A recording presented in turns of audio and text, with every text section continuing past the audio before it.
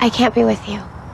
It's a huge black pit of a mistake, and I can't go there again. Buffy Summers didn't have the most glamorous dating life. Let's be real. She dated a vampire more than 10 times her age, and an insecure commando, and then another vampire. Welcome back to part 2 of Who Was Buffy's True Love. If you haven't seen part 1, you should probably see it if you don't want to be the only one who doesn't know what's going on. You always know what's going on. I never know what's going on. We went here from... Oh, last week. Touching it. No, I was asleep. Last week we talked about Angel and Spike. Let's finish today with Riley and the option D, none of them. Then you can let me know in the comments who you think is Buffy's true love and why. Also, the link to part 1 will be down below in the description. To Sunnydale. If you clicked on this video... What you're after.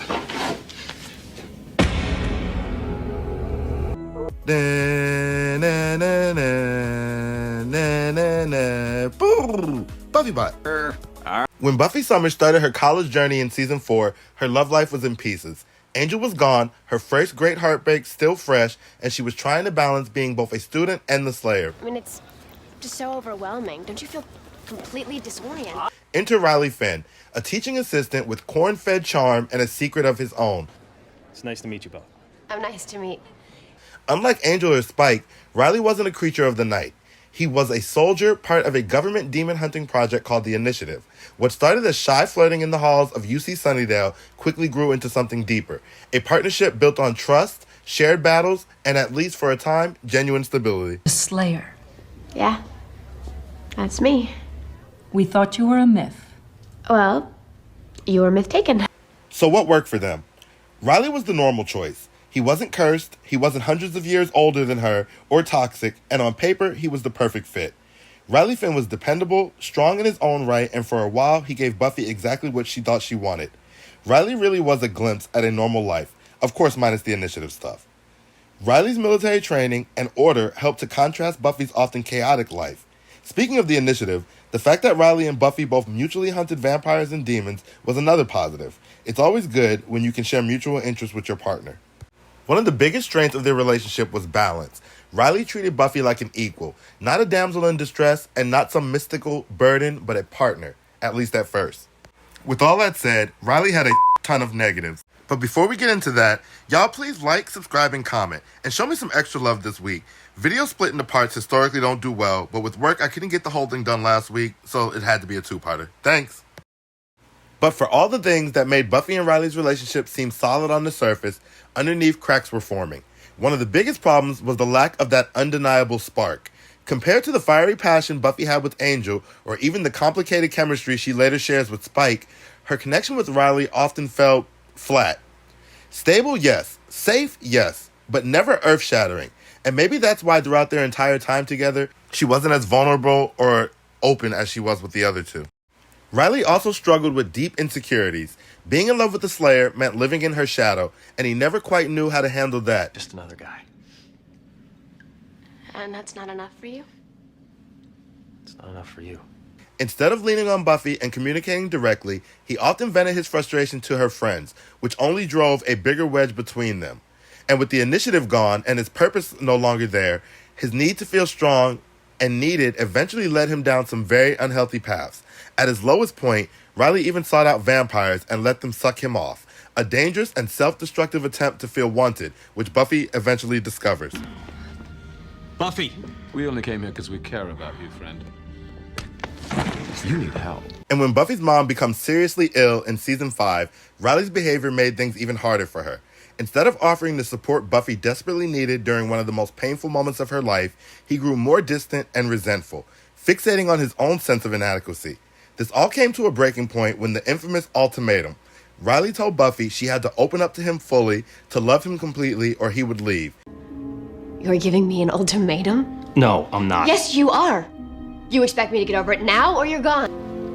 Unless you give me a reason to stay. I'm leaving tonight. It wasn't compassion, it was pressure, and it came at the worst possible time for Buffy. In the end, Riley followed through. He walked away, quite literally flying out of Buffy's life. And though she ran after him, she was too late. Their relationship ended not with a tragic death or supernatural curse, but a helicopter taking him away, leaving Buffy behind. And maybe that's the most telling thing of all. It didn't end because they couldn't be together. It ended because ultimately, Buffy didn't choose him. And don't even get me started on him bringing his wife back to parade in her face later on. I forgot to put this scene in earlier, so I'm just going to stick it right here. You are sucking energy from everyone in this room. They came here to learn. Get out. Cha, I would have just had to slay him. He would have just been dust. I'm Buffy, and you're history.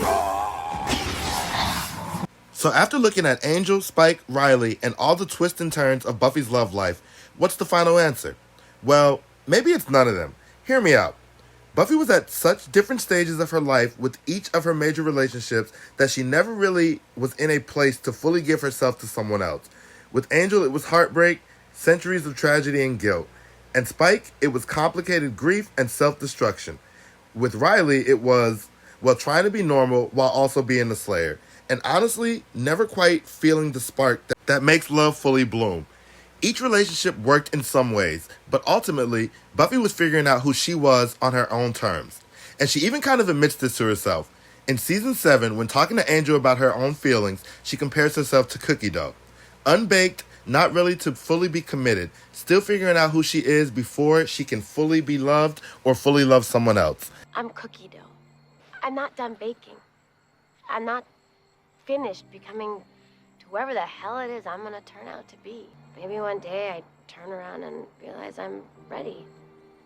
I'm cookies. That's Buffy being brutally honest about why true love for her may have been impossible at the time. So maybe the answer is open-ended. Maybe her true love isn't a person at all. Maybe it's herself, her journey, and her growth. And maybe that's the point. Buffy's love life isn't about finding the one. It's about surviving, learning, and becoming the person she's meant to be. Maybe we'll find out in the upcoming revival that she's found true love. Let's hope so. I also feel like her cookie dough speech bolsters my point that when she told Spike she loved him, she didn't mean it in true love sense. Now, tell me what you think. Was it Angel, Spike, Riley, or truly none of them? I'd love to hear your thoughts. So leave a comment below. Tell me who you think is Buffy's true love and why. I think I'm going to say I think they were all different loves for different reasons. I don't know that she specifically had a true love. So if you're expecting me to have the answer. Sorry. And it also kind of plays into how you define true love. Now that we've discussed Buffy's true love, why don't you check out this video of Buffy episodes The that were vampire banned. slayer, and you are? Dead. I may be dead, but I'm still pretty. Need a hand? No thanks. I'm good. Slayer's a robot. Did everybody else know the Slayer was a robot?